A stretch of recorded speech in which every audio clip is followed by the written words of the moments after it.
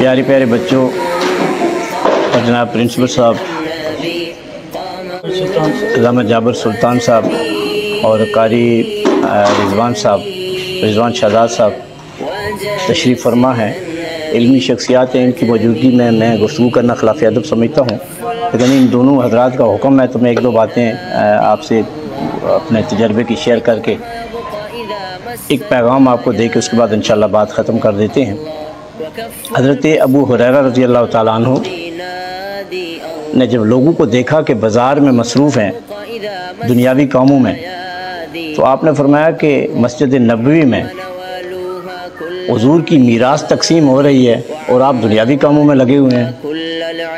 اب لوگ بھاگتے ہوئے مسجد کی طرف جاتے ہیں، جب جا کے دیکھتے ہیں تو کچھ لوگ قرآن پڑھ رہے ہیں، کچھ ذکر کر رہے ہیں اور کچھ درس و تدریس کا کام کر رہے ہیں۔ واپس آگے اور آ کے کہتے ہیں کہ حضرت وہاں پہ تو کوئی میراث تقسیم نہیں ہو رہی۔ آپ نے فرمایا، آپ کی آنکھوں میں آنسو آ گئے اور فرمایا یہ جو آپ نے دیکھا ہے یہ حضور کی میراث ہے۔ تو یہ الحمدللہ انبیاء کی میراث ہے جو آپ کر رہے ہیں، اور یہ انبیاء کے وارث ہیں جو آپ کے سامنے بیٹھے ہیں، جنہوں نے یہ ٹائم دیا ہے، جو اپنا وقت دے رہے ہیں آپ کو۔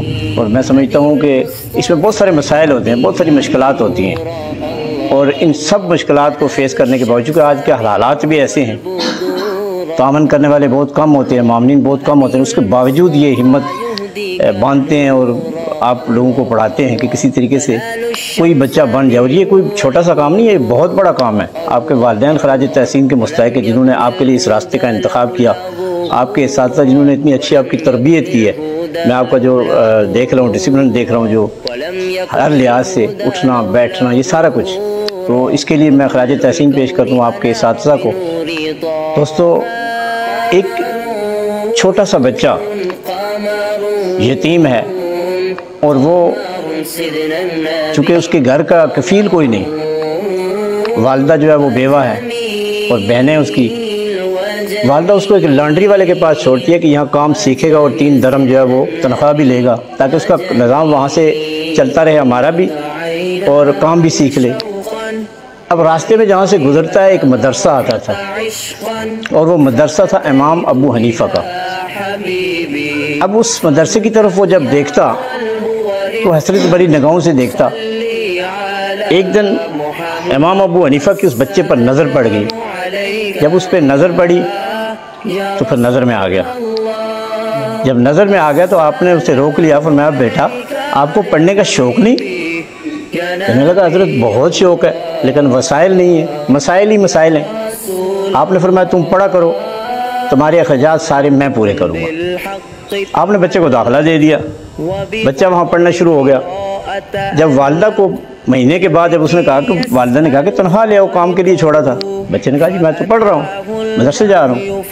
والدہ کو بڑا غصہ آیا، کہتی مجھے لے جاؤ اپنے استاد جس نے تمہیں داخلہ دیا، کہ میرا نظام ہی سارا دھرم برم ہو گیا۔ اور بڑی چیخی چلائی والدہ، اور جا کے امام ابو حنیفہ کے پاس کہتی ہے جی آپ نے یہ کیا کر دیا؟ اس کو جو ہے نا اس نے کچھ تنخواہ لینی تھی، ہمارے پیٹ پالنے تھے، اس کی بہنیں ہیں جوان۔ آپ نے فرمایا تیرا اخراجات تیرے کتنے ہیں؟ تو کہنے لگی، بڑا چڑھا کر پیش کیا، کہنے لگی جی 4 درم ہے۔ آپ نے فرمایا 4 درم آپ کے گھر پہنچیں گے اور آپ بچے کو پڑھنے دیں۔ اب بچہ پڑھتا رہا۔ اس ماں نے ایک بات کی جس کی طرف میں آپ کی توجہ چاہتا ہوں، اساتذہ بھی موجود ہیں۔ اس ماں نے کہا اچھا یہ بچہ پڑھ کے کرے گا کیا؟ آپ نے فرمایا کہ یہ بچہ پڑھ کے نا بادشاہوں کے ساتھ حلوہ کھائے گا۔ اب وہ وقت ختم ہو گیا۔ 30 سال تک امام ابو حنیفہ اس بچے کے گھر میں 4 درم بیچتے رہے، ان کا نظام بھی چلتا رہا اور بچہ پڑھتا بھی رہا۔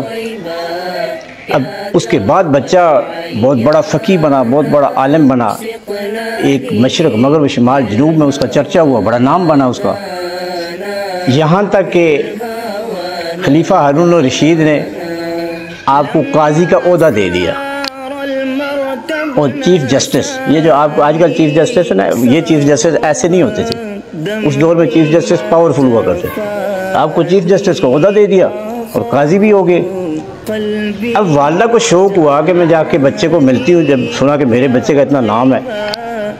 اب وہاں جا کے جب گئی والدہ، آپ کو پتا بڑی مشکل سے بادشاہوں کے